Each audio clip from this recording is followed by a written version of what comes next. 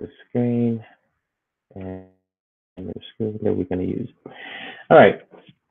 So it doesn't look like Cyril's going to be able to join, correct? Emmanuel? He might not be able to. Okay. All right. So we'll start. Last session, we did a SQL query workshop, right? We wanted to get more hands-on experience in writing queries by using all the different tools that we've been acquiring over the past. It's been almost like what 5 weeks now, right, since we started this. So um, the experience itself, based on the response that I got from you guys, um, it raised a couple of concerns for me, right? And so I did get.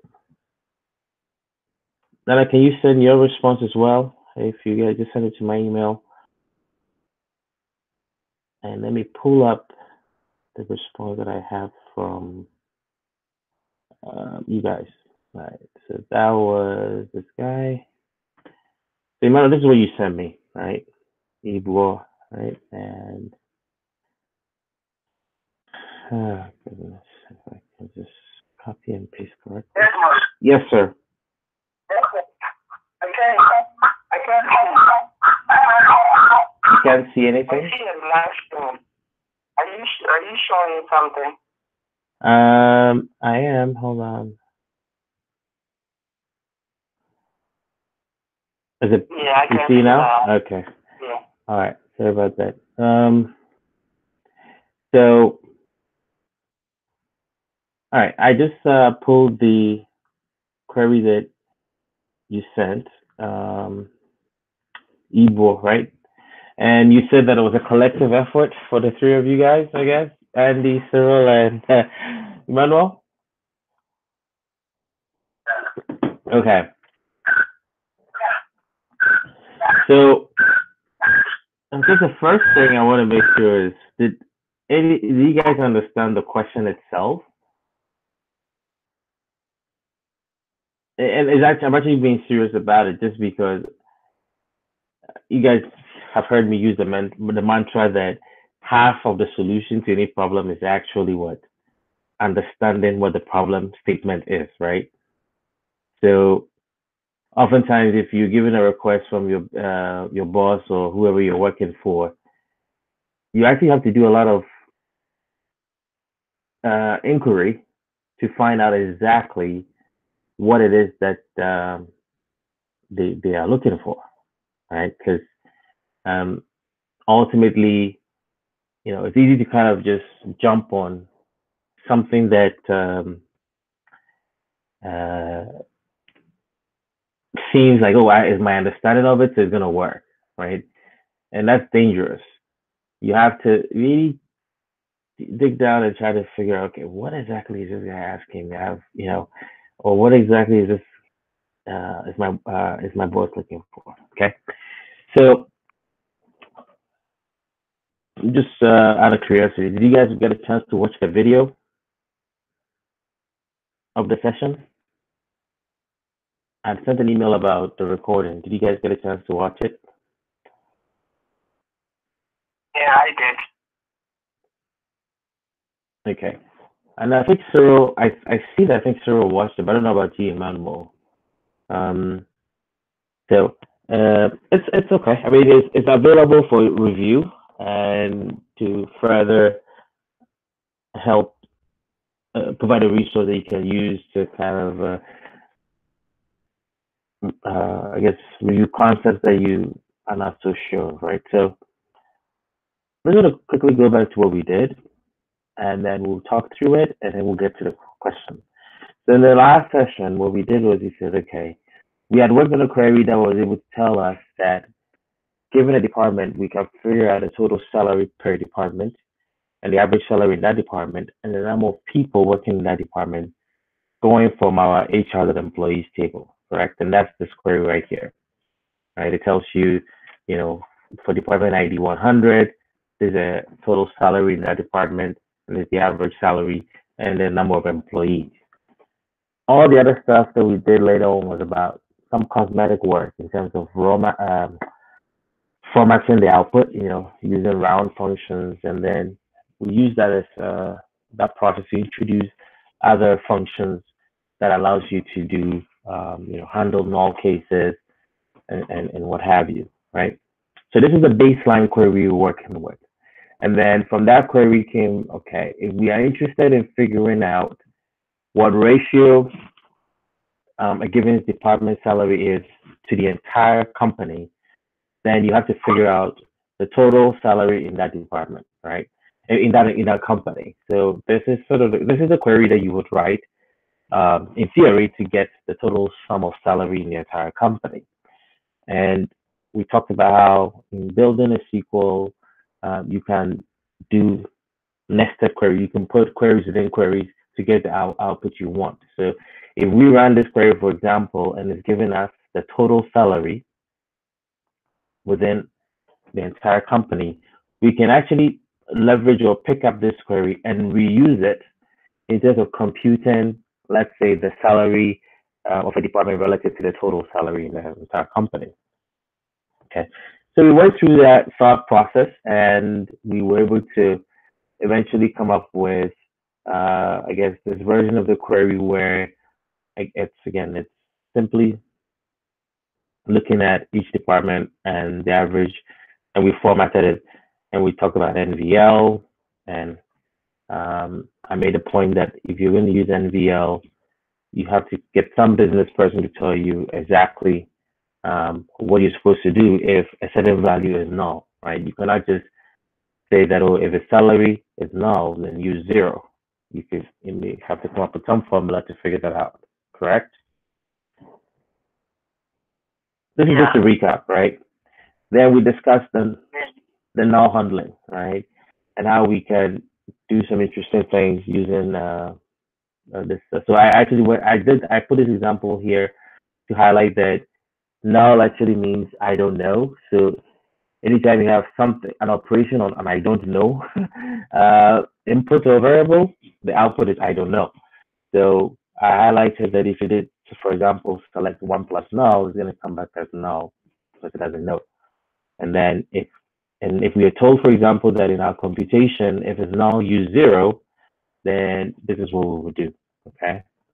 And in this case, in the case where it's null, we can treat it as 0.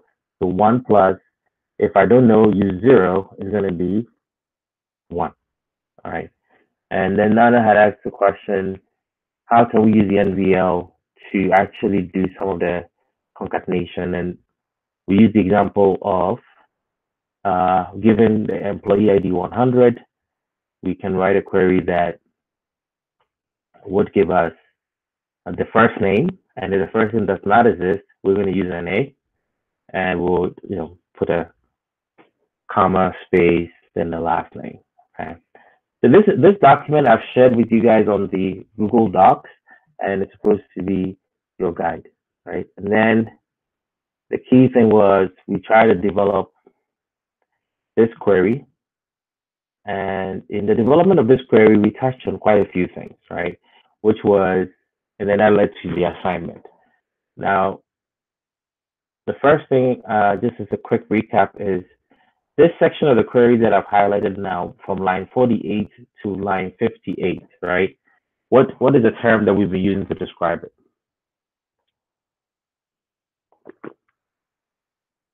An email query. It's an email query. Good. So this is sort of our baseline query that we are working with from the very top. Again, if you run this query, it's going to give you for each department, right, the total salary, the average salary, and the total number of employees. And because we are planning to reuse it so that we can do certain analytics or certain statistical computations, we had to alias all the fields with appropriate column names that we can use in the outer query.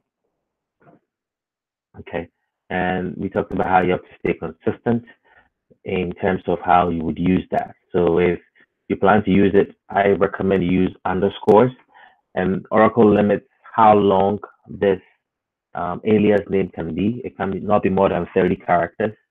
So you have to use, something that is less than 30 characters.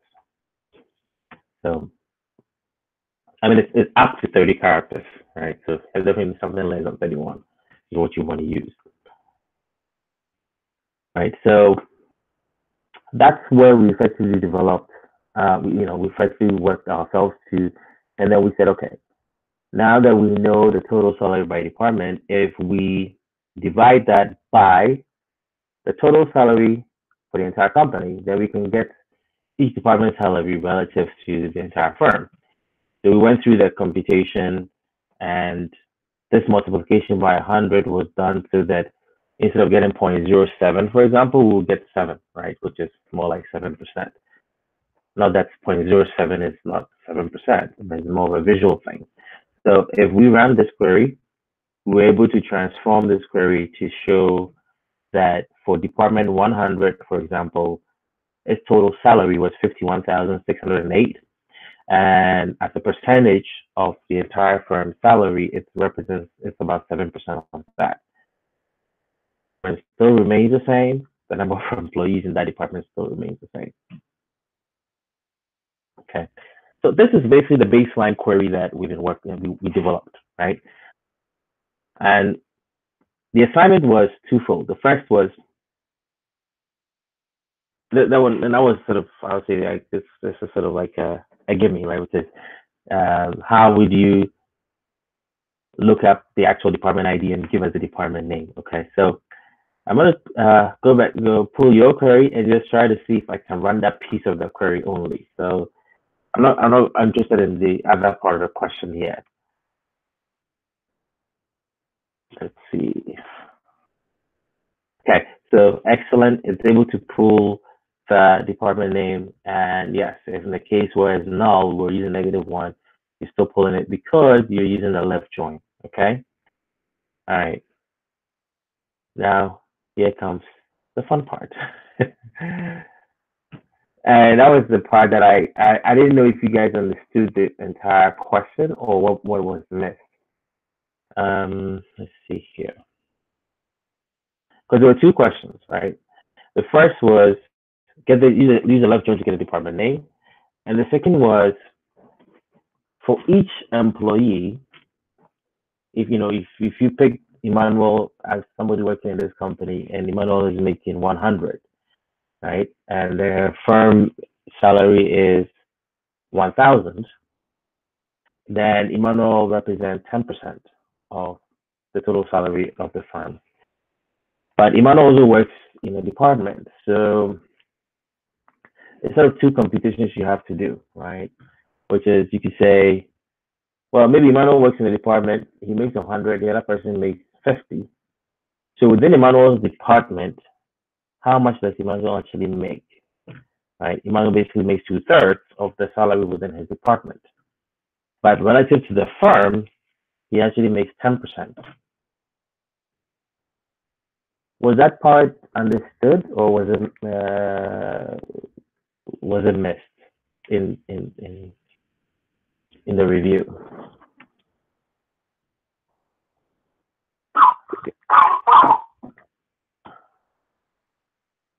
I think was Okay. So you understood what the question was, but translating to the query was okay. Which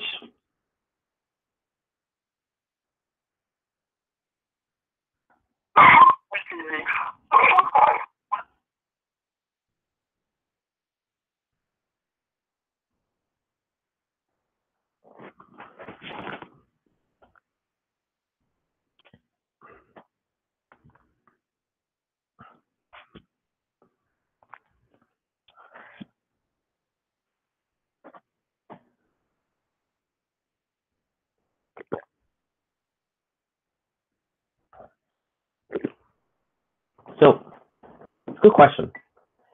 And this problem I gave you guys, right? If I gave it to 100 people, I'll probably see 100 different answers, even though maybe they're all giving the same final output in terms of maybe numbers. And that's sort of the nature of SQLs, right? Writing a SQL. The idea is people solve these problems differently. But my goal is to at least teach you or show you one, the general approach and the best approach, right? Because it's a two-pronged thing. You're going to find that you're going to work in a team where there's an existing query that may not be the most efficient way, but you have to understand it. You have to read it and understand exactly what it is, because you find a lot of places you go, there's not a single document out there that says this is what this query is doing. You have to pick up the query, run it, see the output, and try to infer what the developer meant. Okay, so the solution of this approach, the approach of saying, um, given the salary in the department and finding its ratio to the entire company, that one seems relatively straightforward, correct? Okay. And you asked a good question. Now, I don't want to. Nana, were you able to send your response or? Okay, got that. Let me pull that one up. Give me one moment. Uh, see. Notepad plus plus. And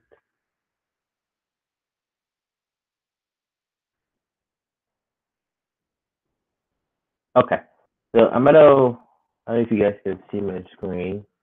Um, I presume the part about getting the department name, you're okay with it, right, Anna? Yeah. So, all right. So Nana is guilty of the same thing Emmanuel was. So I'm going to show her solution and highlight that she's also guilty of the same thing Emmanuel was the last time. Um, it's not like it's wrong, but you haven't been taught certain concepts in this class yet, and you're trying to use it. But I don't begrudge it per se. The solution of using um, over partition by ratio to report those sort of computations, that refers to the Oracle analytic functions, right? So I don't want to use that yet to solve the problem, mainly because I wanted us to at least highlight that even if these functions were not there, which you're going to find out that if you go to SQL Server, I won't be there, or you go to MySQL or PostgreSQL or any other database, they may not have these specific functions available, because these functions or approaches are very unique and specific to Oracle, right? And this is the general SQL class. I'm trying not to use solutions that are very specific to Oracle per se, right? Because you could be working in a company that is using Netezza or Teradata or any of the other databases that are out there, right? So this actually, I mean, I'm going to just run it in the interest of seeing what the output looks like and to see how what your numbers came out. So let's see. So you have,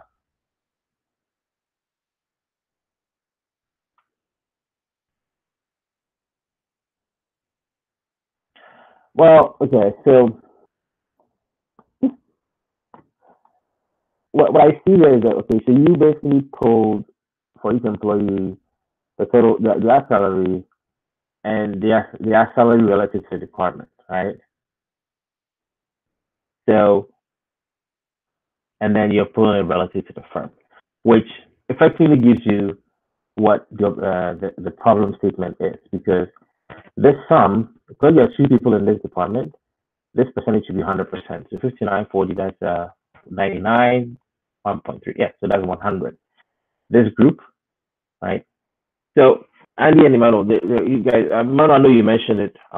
There are these functions that are out there that can help you solve these problems much quicker and simpler than the one I'm going to show you. And I'm only going to spend the time to show you that way for the reason I gave earlier, that you may find, for two reasons: either you find a database that doesn't support these specific functions, or two, you may have to support a system that the person is writing some query and you need to figure out what they are trying to do, right? So let's just go through that headache first. And while this works, great, and credit to Anna for that. We still have to. I still want to take us through this journey of trying to figure out how you solve the problem from sort of first principles, so to speak. All right, so let me just copy this and no, take you through the thought process.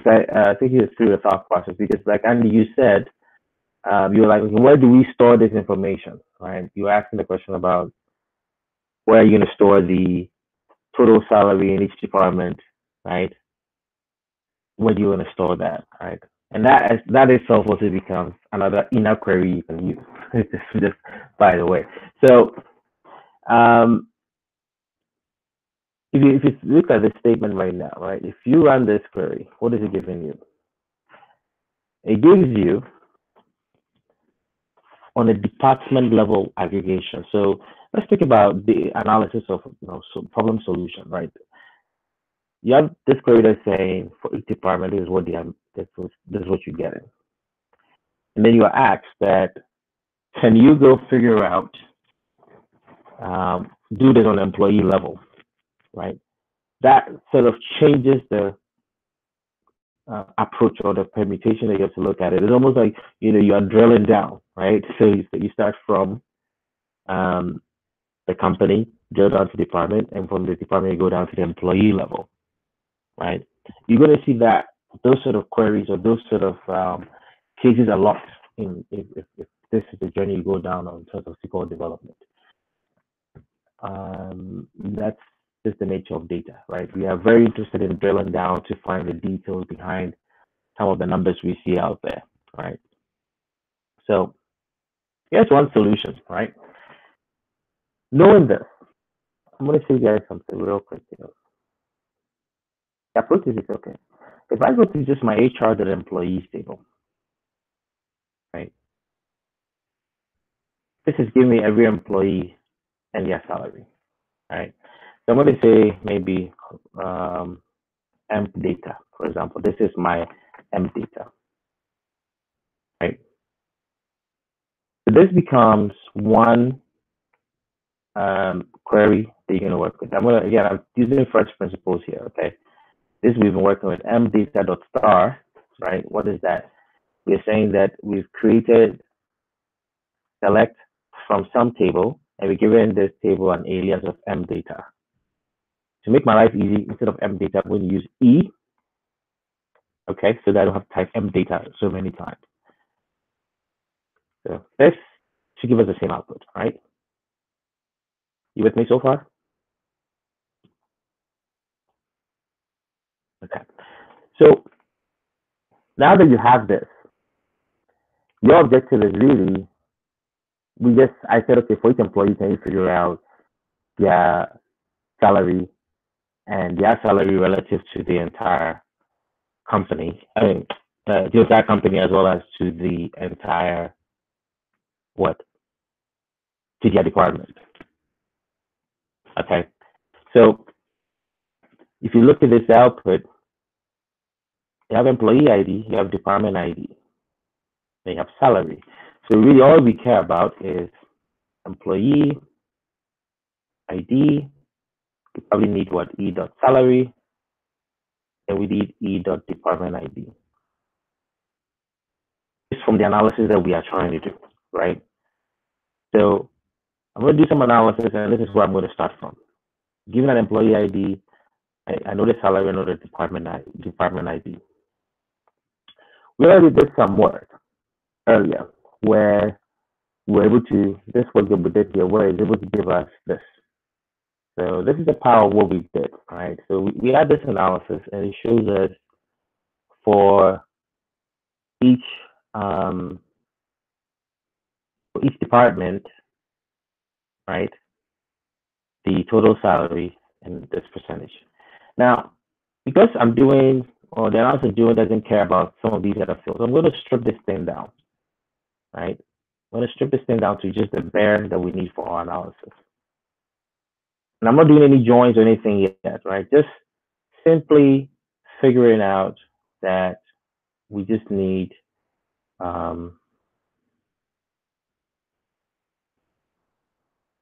probably keep this one.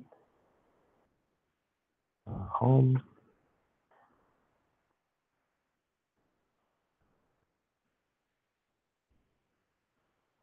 Yes. All right. So I'm just trying to keep it simple to say, okay, if we just were working with this, right?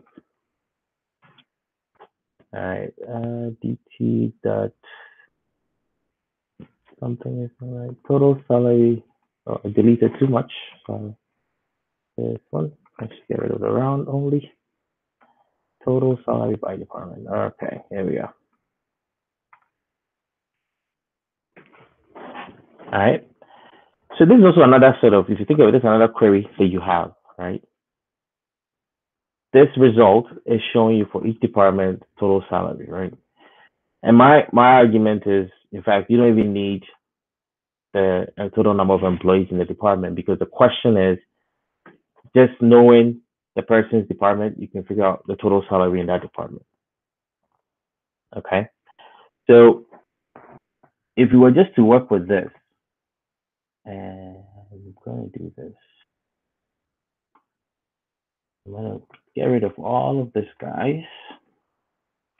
And this is where we start building the query, all right?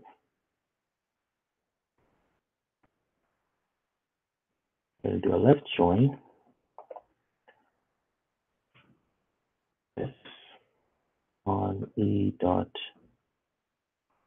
department ID is equal to et dot department ID. Okay. If I go too far, do you guys, anybody has a question as to how or why I'm doing this?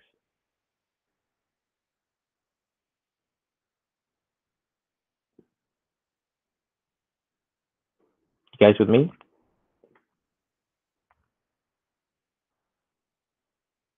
Okay. So I'm going to highlight this section again. This part of the query, when you run it, it gives you the department ID, the salary in that department, and the number of people in that department. We're trying to solve a problem of, if I have this query that just simply gives me the employee ID, the salary, and the department ID, then I have the department ID I can join with, right? And when I do that join, I can pull what? I can now pull DT dot, I can pull DT dot total salary in that department. All right.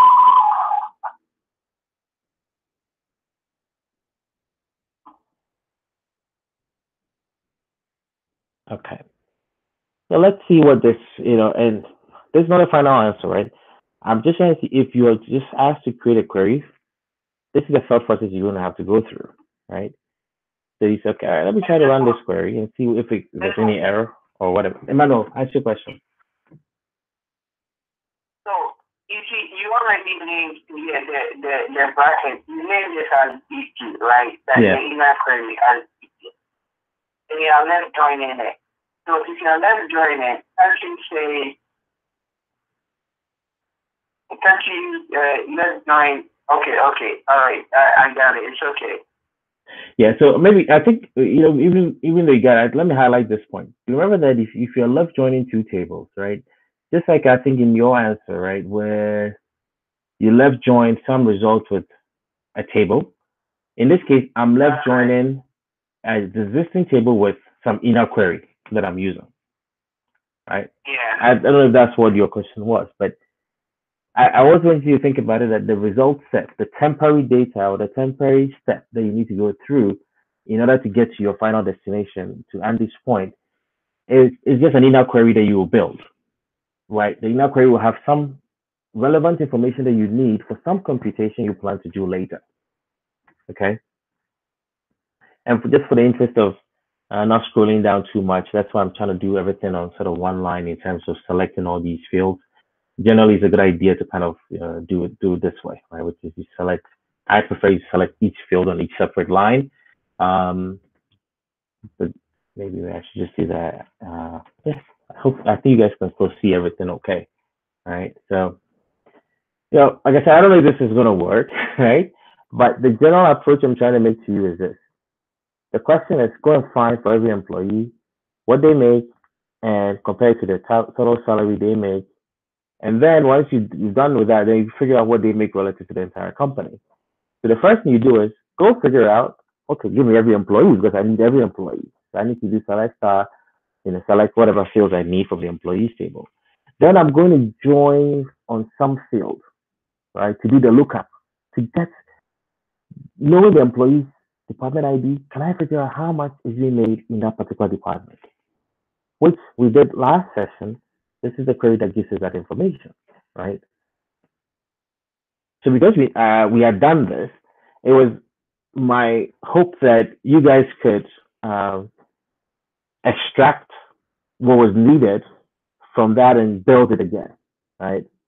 Because I think I got one question like that. Oh, do I have? I say, yeah, it's up to you. There are so many ways of solving the problem, but generally, this is the approach that I would recommend you kind of take yourself through. Like, given any requirement to use SQL to solve any or create any report, is to take it from the first principles, right? That I've been asked to go and get for every employee how much they make and compare it to the department. And then once I'm done, let me compare it to the entire company. Do is do the employee and the department first. Once I'm successful with it, then I'll start worrying about how I'm going to do it to do the compare the employee salary relative to the entire company. Okay, so let's see if this gives us anything. I don't know. Who knows? Maybe it gives us something. Now, when you run this, let's see. We get 108 rows. You do the 108 rows. I always do the count because I want to confirm that I'm getting results that make sense. Because in my HR employees table, I have 108 employees. Since I'm doing a left join, I should at least get all my 108 rows to show up, right? So that's why I did the count to say, how many did I get? I get 108 rows. Now, notice that, I didn't sort this output in any way, but now it's pulling some numbers here. This is repeating. This is repeating. So that tells me that, all right, it's able to figure out where the department ID is figuring out the total salary, which shouldn't surprise us because this inner query here is supposed to give us that and has that information. It has for every department the total salary. So once I do a left join on the department ID from the employees table, it should tell me for each employee ID, the salary, the department ID they work in, and the total salary within that department. And now that I'm getting that information, I can go ahead and say, hey, all right, I'm supposed to compute a ratio. The ratio I'm supposed to compute is the employee's salary divided by the salary within that person's department is this. Now, as we did the last time, I said, okay, if you're going to do a division by, right, any division, your best bet is to try to say if it's null, what are you supposed to do? In this case, I'm just going to put 1 because I don't know, right? But the 1 in this case is just going to avoid a scenario where I'm going to divide by now. Now, if I look at my output, I'm not getting any. Actually, I do have null, so that actually is useful to say that, okay, if they have null, then I'm going to have to use 1. Okay, so, and that's where we left off, and that's what we're going to pick up from today, which is how do we handle cases where we have null in our data? Okay, so just for our purpose of our discussion today, I'm going to use 1. In fact, 1 is the wrong number, so the 2 things I want to cover today. What is the correct default value to use if I cannot find the total salary within the department? And 2 is, all right, how do we actually correctly handle these null cases in most of these analytics that we run into? Because if you don't handle them correctly, it will throw you off, okay? Is this part clear, that I'm taking the salary of the employee and dividing by the total salary in the department? If I don't hear anything, I presume it's clear. All right, so sal to department, okay? Cell sump ratio. So let's see, if I run this, I pick this and I run this, now it's given us these percentages, right? And as our Leonard colleague Emmanuel likes to point out, can you format this so that I don't get a lot of decimal places? I'm going to use 2 decimal places, okay? There we go. So we run this. Now we get in each person's salary relative to the department. So this guy, employee ID 113, makes 6,900. 6,900 relative to the entire department is about 13% of that. All right. This guy makes about 15%. This guy makes about that. And this guy probably, no, he or she makes the most money in this department. So this is how we solve the problem of figuring out the person's salary relative to the department. Then the other part becomes trivial, which is if I pick the person's salary, I just have to divide by what we were doing before, right? The total salary within the firm. If I know this function, this query gives me the total salary within the firm, then I just have to simply divide their salary by that. Then I can get M salary ratio to firm.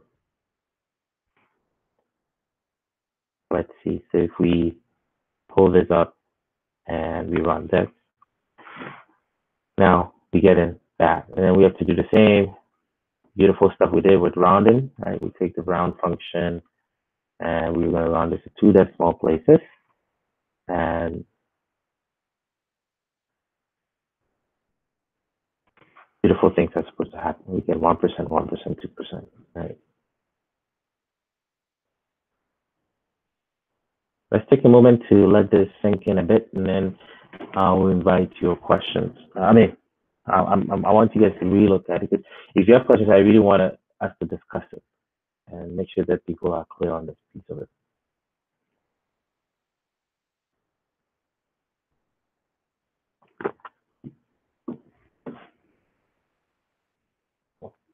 Okay. I presume this is all crystal clear to everybody, right?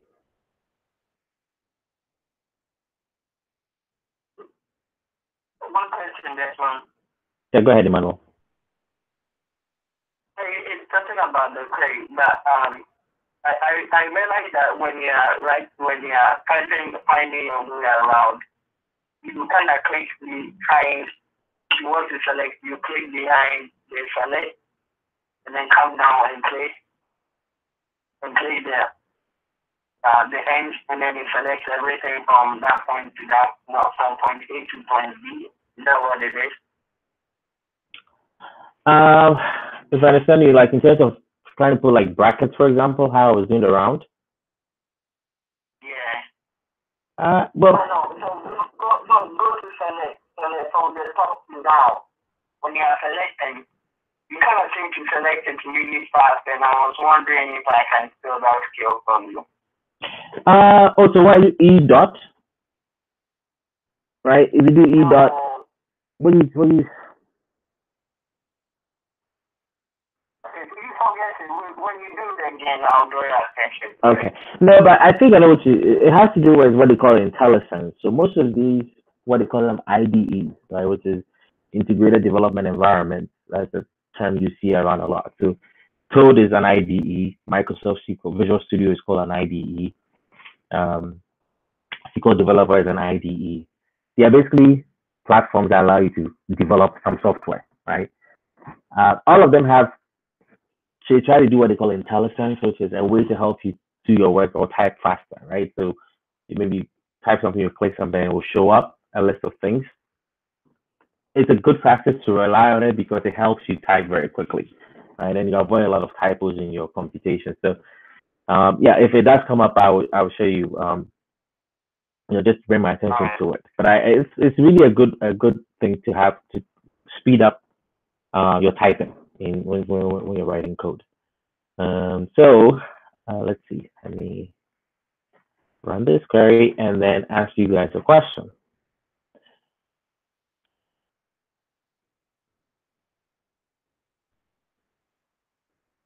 Nana gave us a solution using this partition by, right? Like I said, we don't want to get too much into it. I just want to highlight two issues with this approach and why sometimes you go to a company, and Emmanuel, I know you mentioned in the past how you run into these issues. You have a query and it's very slow. So if you think of how queries are executed within the SQL database or the Oracle database, it would run this, first it will get the data from employees table. So it will pull that data and store it somewhere in memory, in your RAM. And then it will run this other query, get the results, whatever rows you get, in this case 11 rows, it will store it somewhere in the RAM. Then we'll try to join it and do all these computations. Pulling the employee ID is not a problem. Salary is not a problem. Department ID is not a problem. Even pulling the salary by department is not a problem. And even this computation is not a problem. But this part of it is extremely inefficient because effectively what it does is for every single employee ID, it's going to run this query again. Right? Imagine that this HR employee table had 1 million people in it, and trying to find the sum of salary was taking, let's say, a second. And you have an output where there are, let's say, for every million, you have 1 million employees, and each one is taking a second to pull. You can see how the query will just not come back. It will take forever to come back. So oftentimes, their approach is not to use, or not the approach is not to, but I would say it's not advisable to use expressions like this in your query. Okay, if you have an expression like this that you want to persist, or a value that okay, the sum of salaries for the entire company is really one value that you need to use. So if you need to persist it, there are ways to do that, right? I'll make this note, and when you watch the video, maybe I won't get into it too much here, but one approach is use a concept called width. And with the width, the idea would be to say width is some, maybe total sal as. So you would put this expression and you say with this as, right? Once you do that, the database initially will store this computation once. And then you can use it anytime you need it. It knows it's stored in some fixed location, and it's just going to read that instead of going to the table, pulling up the sum of salaries again for each employee for every one of these records that you have. Let me sort of visually show you what I'm referring to in the interest of maybe being clearer on this.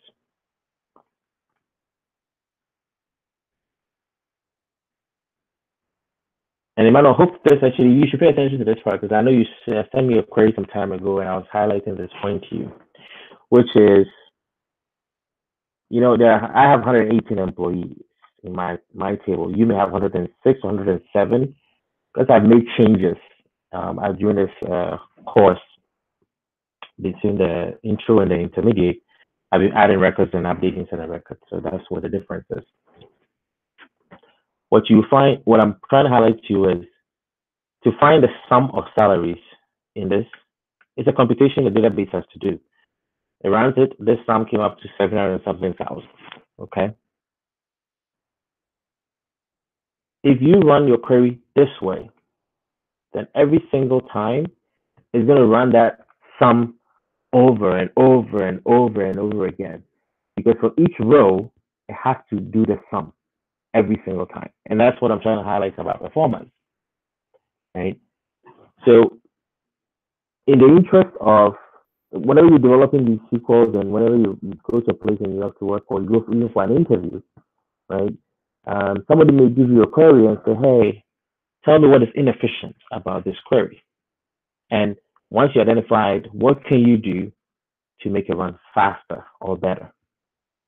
So in let's say in the coding part of an interview, they may actually give you a scenario like this and say, show me which part of the query is inefficient.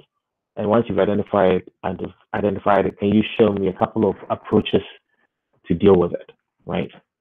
The core idea is to figure out how do you force the database to just run this computation only once, instead of anytime it picks up the employee ID, it runs this to get the division to figure out for the employee what their salary is relative to the firm. Okay. Now the width construct, as I was trying to highlight to you, is that you do something like with total cell select some salary from this, right? And then once you have that, you do something like you just select. You basically go through all of this stuff again, and you just select. Yada yada yada yada yada.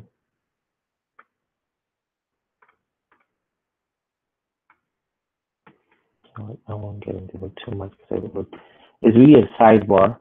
So let me just make it. It's a sidebar we're going to develop, okay? But if you're interested in it, just look at width.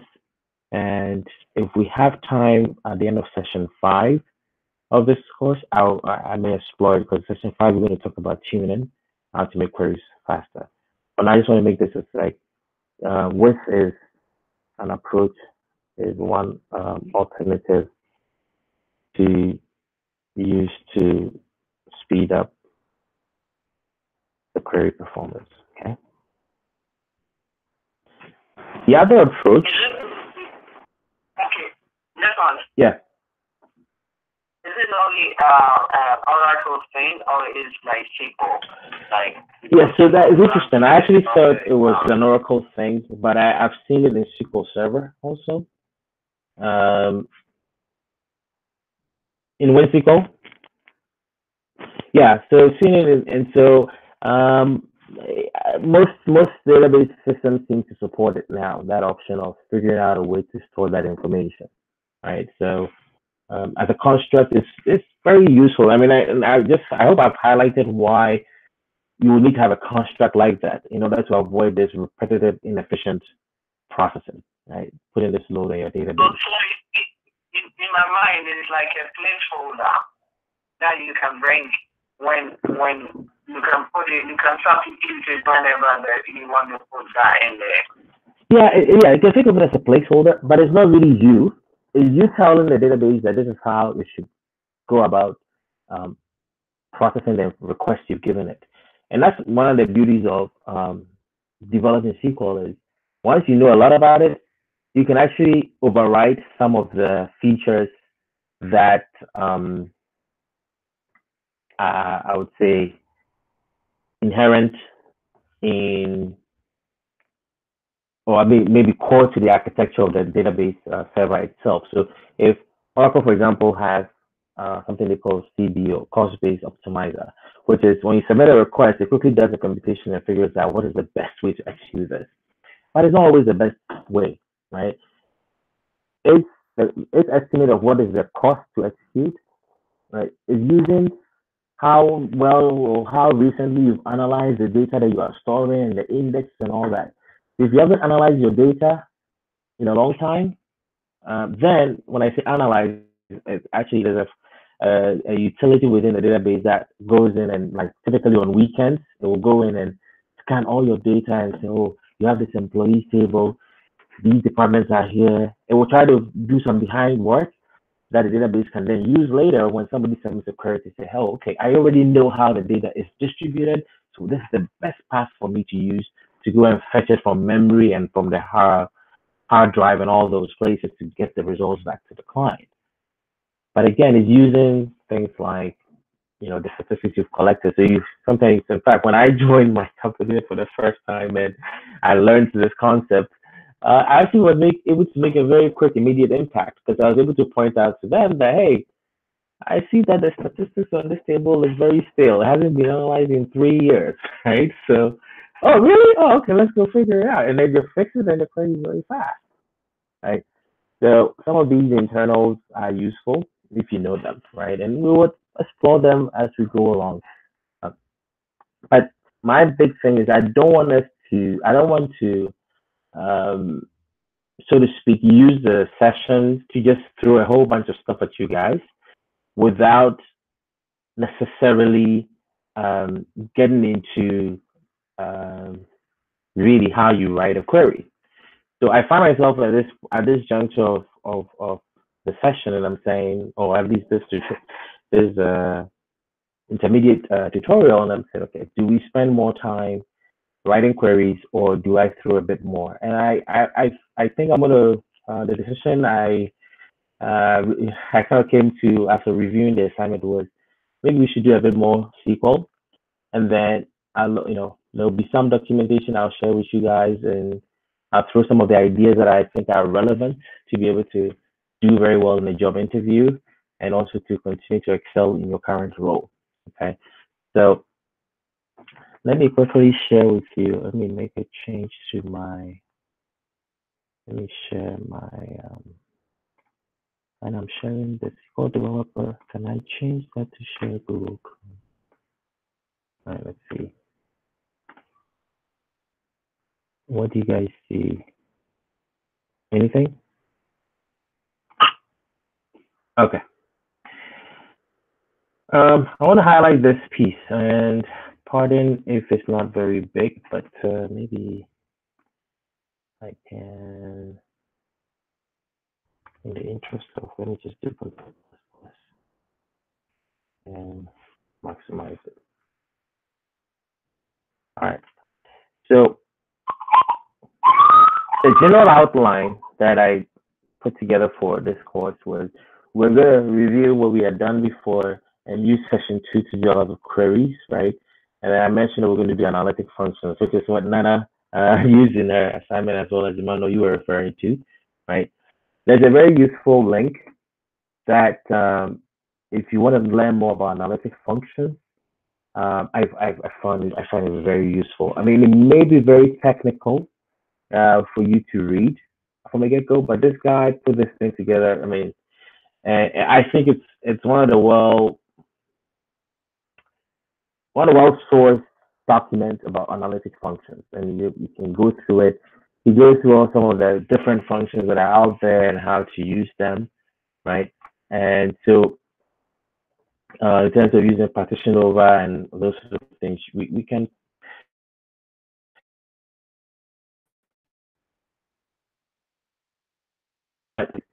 kind of take an entire tutorial, maybe an entire 6 weeks to go over to fully understand. And I just want to share that to you that is there. And if you're interested in knowing more about it, I know Emmanuel, you are, and Nana has actually used that. If you want to get more detail about it, this is actually a very useful link to use. All right. Now, for today, what I wanted to talk about was going to be this. I wanted to discuss more about some of the concepts that you may go for an interview and they may ask you about, right? And for any intermediate course, I think these concepts have to be mentioned so that at least you are aware that they exist and how they themselves work. And as I said before, the issue I have now is, okay, do I spend a lot of time to go over this, or let's do some more querying? Because of time constraints for today, what I'm going to do is introduce a couple of them that I think are important to understand. And then for Saturday's session, right, instead of getting more into the Oracle database server architecture, we'll do a bit more SQL in the Saturday session. Maybe we spend the first hour to do more of the queries, and then towards the latter half of it, we'll just talk about the overall architecture of an Oracle database, which is useful because I think, as Emmanuel, you are familiar with, you go for any job interview, sometimes, they want a developer, but then you find that they're asking you several questions, right? So it's good to at least know some of the several concepts, because these days the job market now is such that they all want to get one developer who also knows some of the server side logic, okay, or at least some of the server side concepts. So I think I should be able to at least furnish you with some information You guys already know enough about it, but this will at least get us to talk about um, concepts that will let you sound like you know your stuff, right? If you go for an interview. And like I said, I was tuning concepts, right, which is what I mentioned about the width. We'll discuss it here because once you know the architecture, then you can now think about how you can tune a given query so that it runs very fast, right? And then we'll wrap up with the session five. We'll do more PL/SQL only. PL/SQL is just purely how you program to interact with a database instead of just right now what we're doing is we just writing queries to get results. We can actually tell the database that if this happens, run this query, or if this doesn't happen, then do this. We can use some of those constructs there, right? So without much further ado, I want to introduce a very important concept in databases called partitioning, right? So let me come back to the sharing window and go back to, there we go, presenting SQL developer.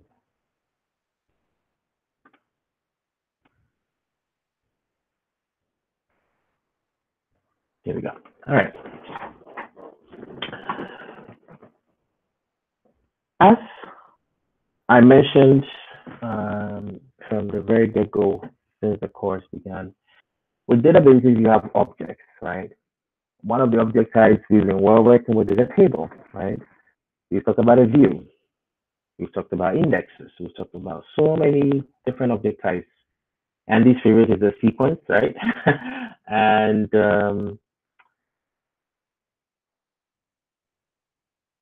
perhaps let me start by restating a point I've been making about why databases existed, were created in the first place, right? We've always, organizations and humans have always wanted to store data because from data you can derive information that can help you figure out the optimal way of doing things. So I always cite this example that well, not I cite, but one of the famous examples is you talk about New York Yankees, a baseball team, and it's in New York and it has a salary. They paid them the players almost $250 million in 2004, 2005. That's the example that I want to bring. And the other team, there's a team called Oakland Athletics, Oakland A's, and they had a salary of like 30 million. And then the Oakland A's won the World Series. They won the whole thing in New York, and they don't even play. And the issue, and there's a movie about it called Moneyball. I don't know if you guys have anybody who's seen that movie Moneyball. If you're interested, you can watch that, and it highlights the value of storing data and storing data so that you can analyze it and pick out nuggets of information that can help you beat your competition. The more data you can store, the more information you can capture and use to make your decision. So the example of the New York Yankees and Oakland A's, for example, Oakland A's, they brought in this guy who basically was this analytics guy. And his thing was, we don't have to go and buy players like A-Rod and these top baseball guys who are making millions of dollars. We can go in and look at, because there's a database of people, every baseball person who's interested in college and all that. He would just go and get their data, analyze it, and say, hey, this guy, even though his average is, let's say he's averaging 5 home runs in a season, you realize that if you put him in a given context, instead of him scoring, he actually is hitting a higher percentage. So the example, will be clearer in this sense, which is if you know the query that we ran here, where I said, okay, let's figure out for each employee how much they make versus their department and to the entire firm, right? here you can scroll through and okay, this guy is making 3% of the total salary. Um, if I want to sort it, I can quickly figure out the guys who are taking the most money, right? So 3%, this guy's making 3% of the total salary. This level of research or detail into data is very important because you can quickly figure out, okay, who is eating most of the money or chopping most of the money within this industry or this department. So what this guy did, the Oakland Athletics director of sports, they brought in, this is actually a very young guy when he came in. He got these guys to put it together a database. They've got all this data in, and they were able to quickly figure out that they could go and get these guys and pay them $500,000 a year, and during a baseball game, place them in those situations that their analytics or stats show that they'll be the most efficient. Right? So there's one guy, so you can have a pitcher. I don't know how many of you guys are into baseball, but a pitcher is the one who's throwing the ball, right? And somebody's trying to whack it, right? Some pitchers, you can see that, hey, if you just let the guy come in the third inning, and in the baseball game, there are 9 innings, right? Regular. If you let him come in between the third inning and the fifth inning, that person is virtually unhittable. Nobody can, everything he hits, he throws and goes in as a strike. But if you start the guy from the first inning, people will hit like 3 home runs off the guy. So how do you go in and figure out how to get this level of detail and to use that to inform yourself? If the baseball analogy wasn't very interesting to some of you guys, you can think of a team like the Miami Heat, right? The team that LeBron James left, right? And Andy, you would know about the Cleveland Cavaliers, right? He left Miami, but Miami is actually very good. They are one of the premier teams using statistics, analytics for their basketball operations. Recently, it's been Golden State Warriors and the Houston Rockets. So a lot of jobs that the guys see, believe it or not, is in the sports arena. You see the Major League Baseball, NBA, NFL, they are posting jobs looking for statistics, guys who know how to run queries against databases to extract all this sort of analytics for them, right? Because they realize that you put an athlete and you can see that this athlete performs better during this period of the game versus that period. So you, the coach, will look at this information and figure, okay, this is who's going to start, this is who's going to end my game, this is going to play from this minute to that minute, because based on these statistics, this is when they are most efficient, right?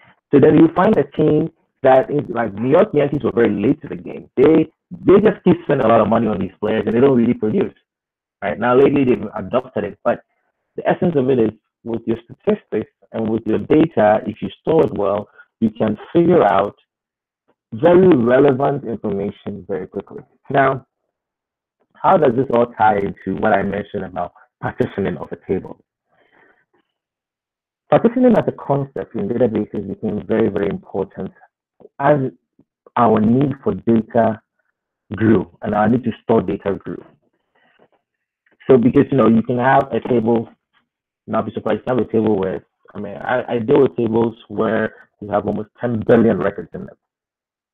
10 billion records is so much that it's not easy to just pull data from it. Okay, so what the database will do, and if just more for this is just a little intro about it, is you create a table and you can say, for my list of employees table, I want you to partition, right? Partition by department ID. What that will do is these guys, even though they are in the same employees table, their data will be kept in a very special area of your hard drive. And Oracle database knows where it's at, not just Oracle, but even SQL Server. Any database that supports partitioning. It's just a way for it to logically group your data and store it in such a way that anytime you need something, it will figure it out very quickly.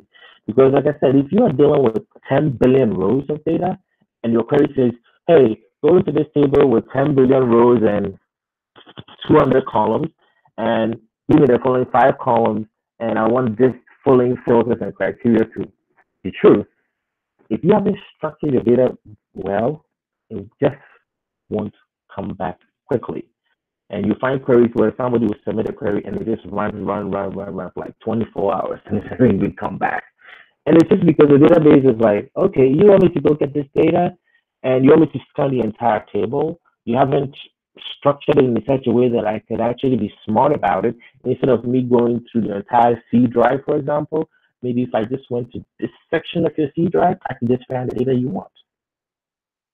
So partitioning as a concept in data table organization is very useful from a performance standpoint. It's extremely important.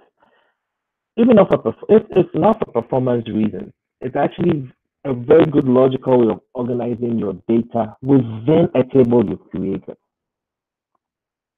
Okay, within a table you've created.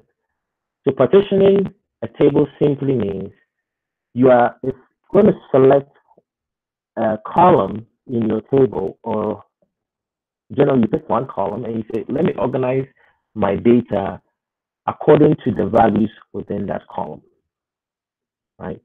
So you can think of if this employees table, if it was partitioned by maybe their department ID, when it's all said and done, you may have, give or take, let's see how many departments are there? 1, 2, 3, 4, 5, 6. So there'll be 7 partitions. So the employees table will be subdivided into 7 regions on your hard drive. And anytime you want data for department ID 60, the database quickly knows that I'm going to go into this area. Okay, so think of it as, you could go for an interview and somebody would say, you already know what an index can do, right? Because an index, you put an index on a table and it would organize it according to the distribution of the data. How different is an index from a partition? Anybody, based on what I've said, can you guys venture a difference between an index and a partition?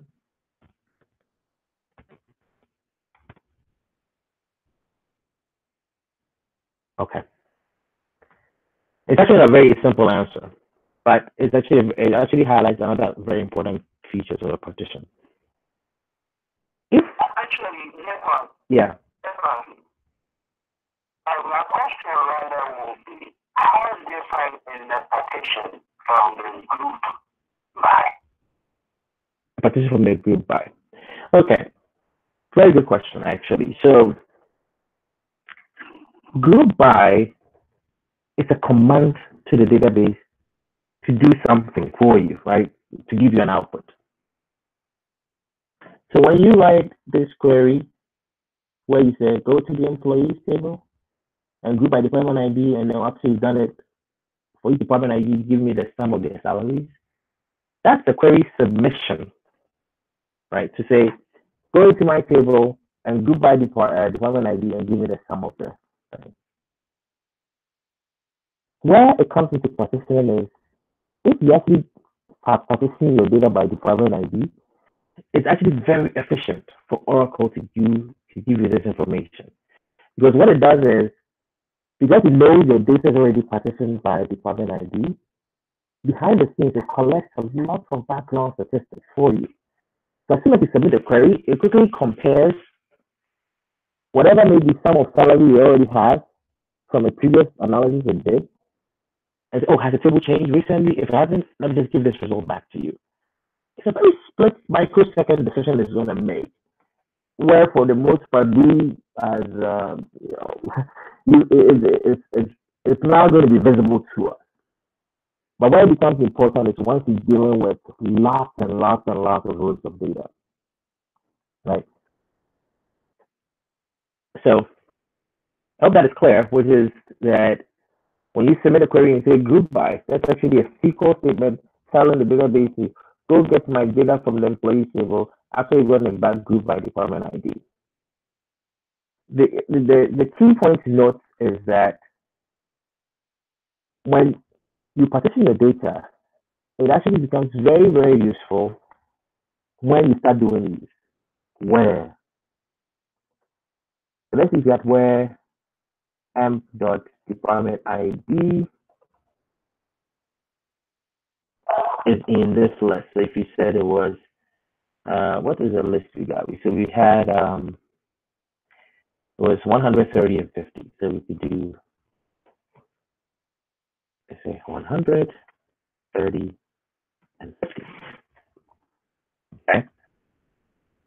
This query like this would actually benefit a lot if your table is partitioned. Because instead of pulling the entire employees table into memory, it would only pull those partitions that have 100, 30, and 50 in them. So again, if you think about a table with a billion records, and it knows that it's partitioned, instead of pulling the whole billion into memory, it will only pull maybe 100 million or 200 million into memory, which is a huge difference in terms of performance. If the less data the database has to deal with, the faster it's going to give you a response back. That factor of life cannot change, right? Which is the more I have to do, the more time it takes to get it done, right? So that partition really solves that problem, or at least helps alleviate that issue for us. Okay, so that's that with partition as a concept to know. Then, so yes, Andy, go for it.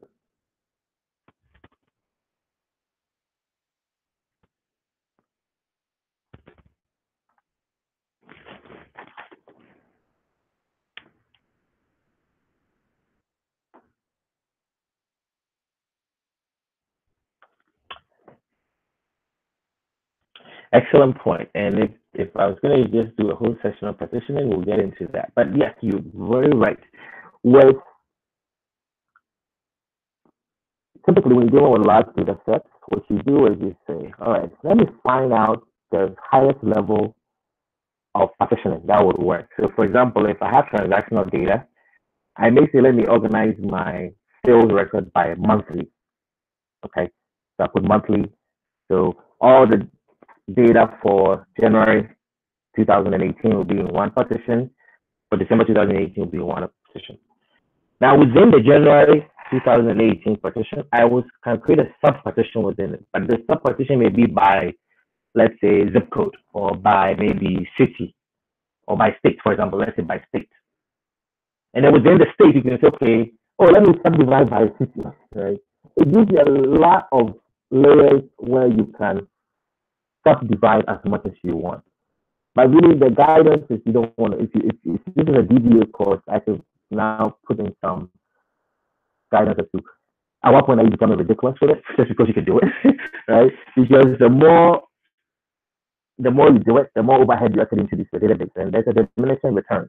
There's a point where it gets to where it's actually inefficient to do partitioning on that level, right? So, yeah, generally I would say maybe up to 2 or 3 levels deep is probably the best you can go. But that option is there to sub-partition your tables, right? And it's actually very, very useful. Okay, so we've talked about partitioning, and while we're talking about it, I'm going to just wrap up here. We talked about storage, right? The storage piece of it, which what I was saying is, okay, you think of it as you have your table, you partition it by, let's say month, and then by state. And then Oracle database would say, okay, then I'm going to figure out a way to store this data in such a way that anytime I need it, the ones that are frequently accessed, I'm going to put them in that area where, I can always go and get it, the hot region, I can go and get it very quickly, right?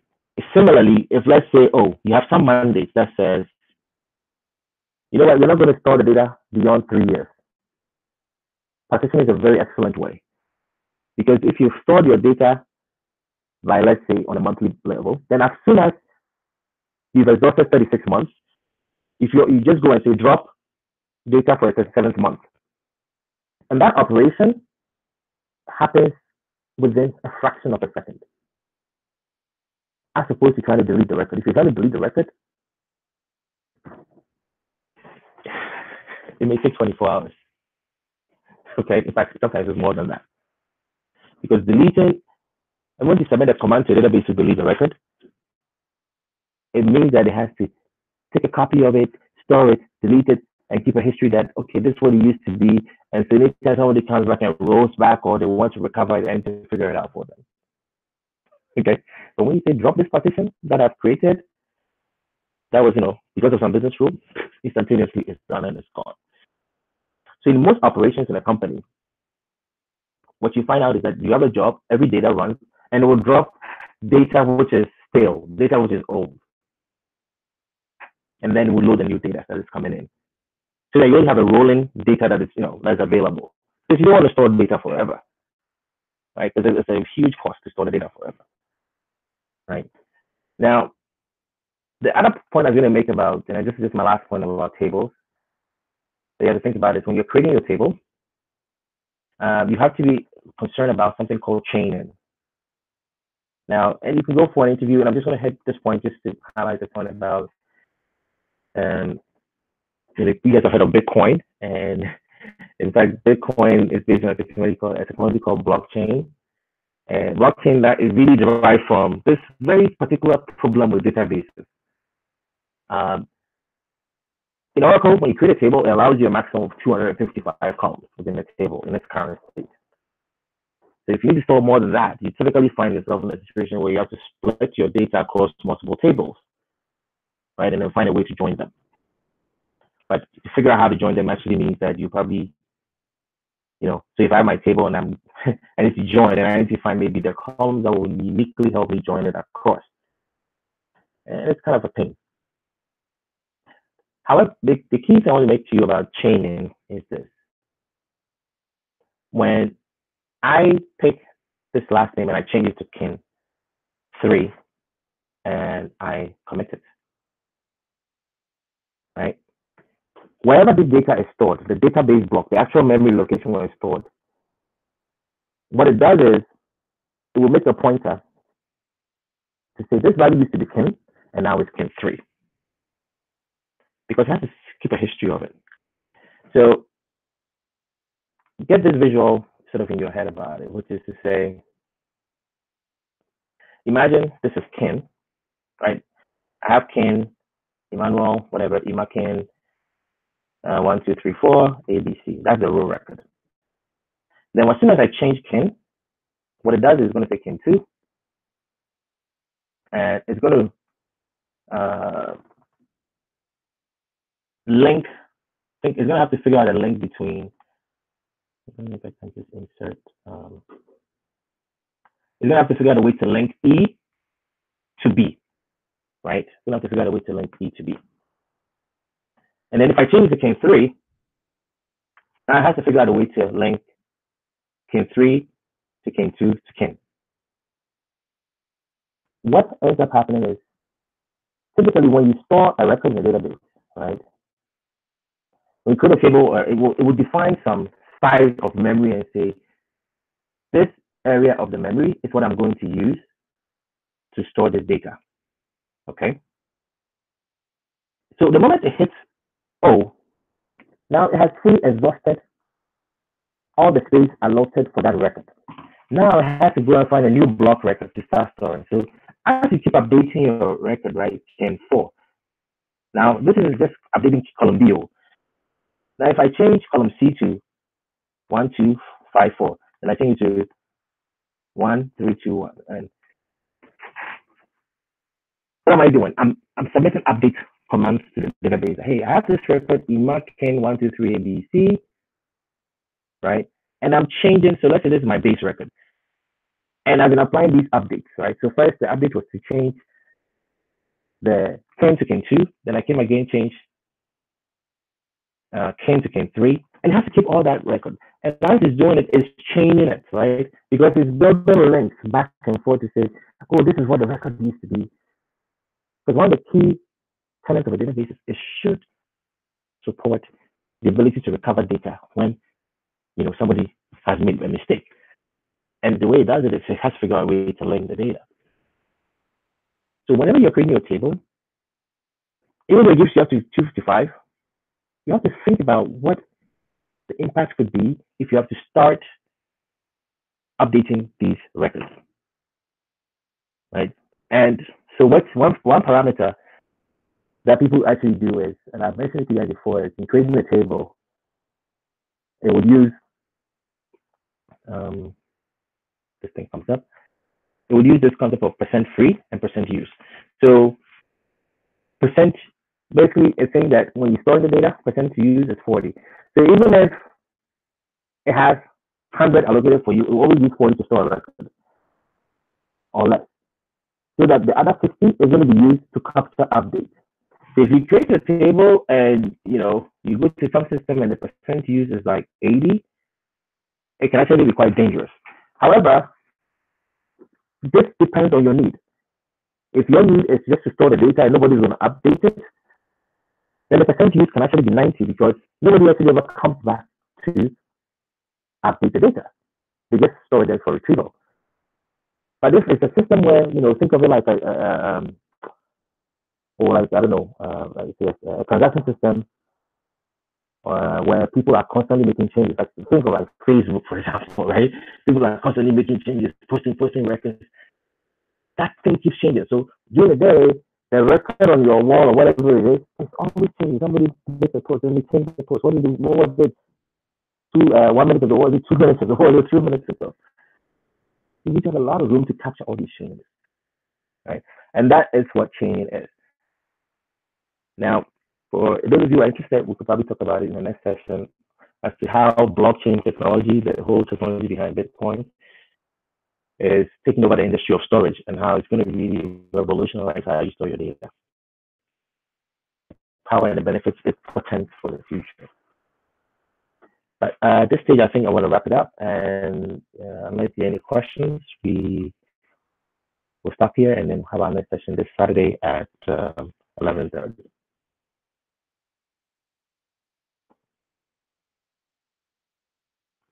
Any questions? Okay, so that was quite. I hope it wasn't too much, but hopefully you can.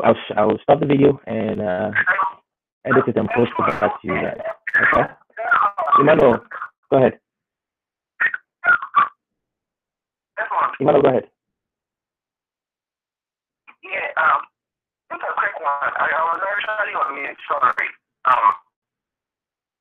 So partitioning is where it's in the data. You do that in the database, right? Yeah, you do that in the database. You create a table and then you specify in doing a table creation that I want you to partition the data by some column, and then maybe sub-partition it further by another column, right? So like the example that Andy was saying, let's partition it by month, and then within the month, partition it by state, right?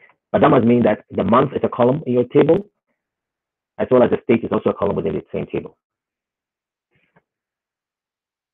Which means that when you partition it by those two columns, it means that each column is a partition. So you partition it by that column, and then the second by state again you partition. So we'll be having two partitions in a column in one table. Yeah, I mean, if you look at this visual, I'm going to just get something on my screen. I hope you get this, which is, imagine this is my table, right? This big whole thing is my table. And I can create partitions within it. So here's one partition, here's another partition for different needs that I have. But this is just my employee table, okay? So this whole thing is let's say my HR employee table. Okay, that's it. But within that, I may have department ID 70 here, department ID 100 there, and department ID 90 here. Their data is all within the same table, but they're going to be stored in different sections of your data, your hard drive, right? So anytime your query says, so go to HR employees and find those who are department ID 70, you quickly look at the table and realize, oh, I just have to read here. I don't have to scan the entire thing. I can just scan this section because I quickly know it's here only. And that's just from a storage standpoint, just to pull the data from your hard drive. Okay? Yeah, that's the point about partitioning. Okay?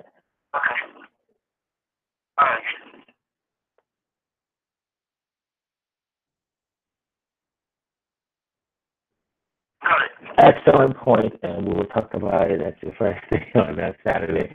But just put this in your head. The thing is the question of overhead, right? The index will store that, oh, this record is located in this place, right?